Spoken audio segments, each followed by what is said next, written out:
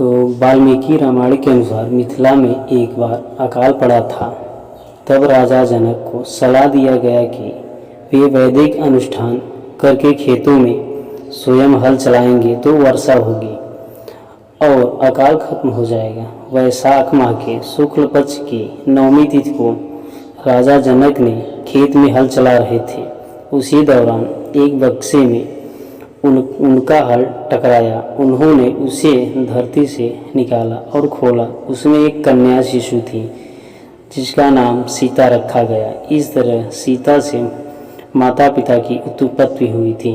सीता का जन्म माता के गर्भ से नहीं हुआ था, वे धरती से प्राप्त हुई थी, इसलिए उनको धरती की पुत्री भी कहते थे।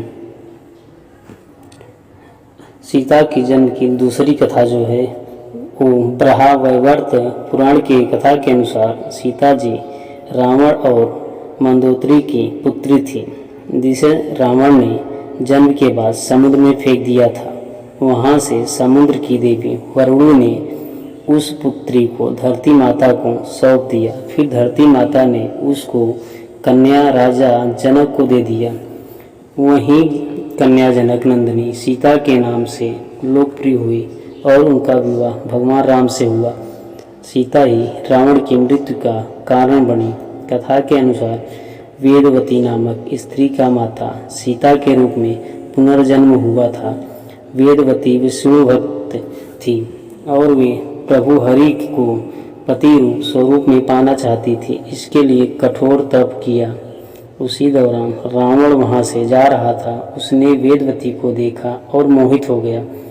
रावण वेदवती को अपने साथ ले जाना चाहता था, लेकिन वेदवती ने आत्मदाह कर लिया। उन्होंने रावण को श्राप दिया कि वे उसकी पुत्री के रूप में जन्म लेंगी और उसके सर्वनाश का कारण होंगी।